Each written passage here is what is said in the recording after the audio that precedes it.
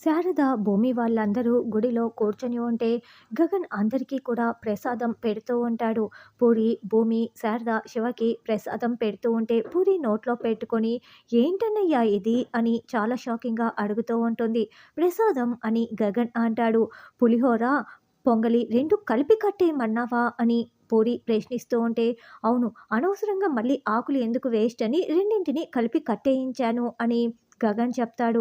"అయ్యో! ఎలా కన్నావమ్మా నీ కొడుకుని" అని పూరి అనడంతో శారద షాకింగ్‌గా వింటూ ఉంటే భూమి నవ్వుకుంటూ ఉంటుంది. "నన్ను అంత మాటంటావా? ఏయ్ పూరి నిన్ను వదలను" అంటూ గగన్ కండువాతో కొట్టటానికి పూరిని వెంటపడుతూ ఉంటే, "అన్నయ్య వద్దన్నయ్య" అంటూ పూరి గగన్‌ని పరుగులు పెట్టేస్తూ ఉంటుంది. ఇక అక్కడ ఉన్న పూల ప్లేటుని తీసుకొని గగన్‌పై విసిరి కొట్టటం, ఆ పూలన్నీ కూడా భూమి, గగన్‌లపై పడిపోవటం అలా ఎంజాయ్ చేస్తూ ఉంటారు. వాళ్ళిద్దరూ అలా ఆడుకుంటూ, నవ్వుకుంటూ తిరుగుతూ ఉంటే శారద, భూమి చాలా సంతోషంగా చూస్తూ ఉంటారు.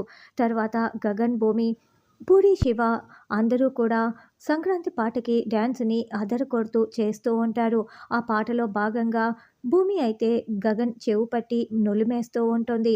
అలా గగన్, భూమి ఇద్దరు డ్యాన్స్‌ని అదరగొడుతూ సంక్రాంతి సంబరాల్ని ఎంజాయ్ చేస్తూ ఉంటే, శరత్ చంద్ర, అపూర్వ ఇదంతా చూడలేక కడుపు మంటతో రగిలిపోతూ చూస్తూ ఉంటారు.